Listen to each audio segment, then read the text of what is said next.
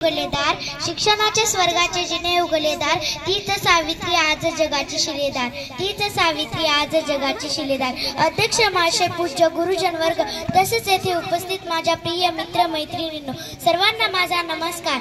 आज 3 जानेवारी क्रांतीज्योती सावित्रीबाई फुले यांची जयंती आहे। या निमित्त मी आपणास त्यांची यशोगाथा सांगण्यास उत्सुक आहे। क्रांतीज्योती सावित्रीबाई फुले ह्या भारताच्या पहिल्या महिला शिक्षिका आणि मुख्याध्यापिका होत्या। क्रांतीज्योती सावित्रीबाई फुले यांचा जन्म 3 जानेवारी 1831 रोजी सातारा जिल्ह्यातील नायगाव येथे झाला। त्यांच्या वडिलांचे नाव खंडोजी नेवसे पाटील आणि आईचे नाव लक्ष्मीबाई हे होते। त्यांचा विवाह वयाच्या अवघ्या 9व्या वर्षी ज्योतिबांशी झाला। ज्योतिबांनी सावित्रीबाईंना शिक्षणाची गोडी लावली। सावित्रीबाईंनी आखरेचा श्वास घेतला तो दिन म्हणजे 10 मार्च 1897 होता।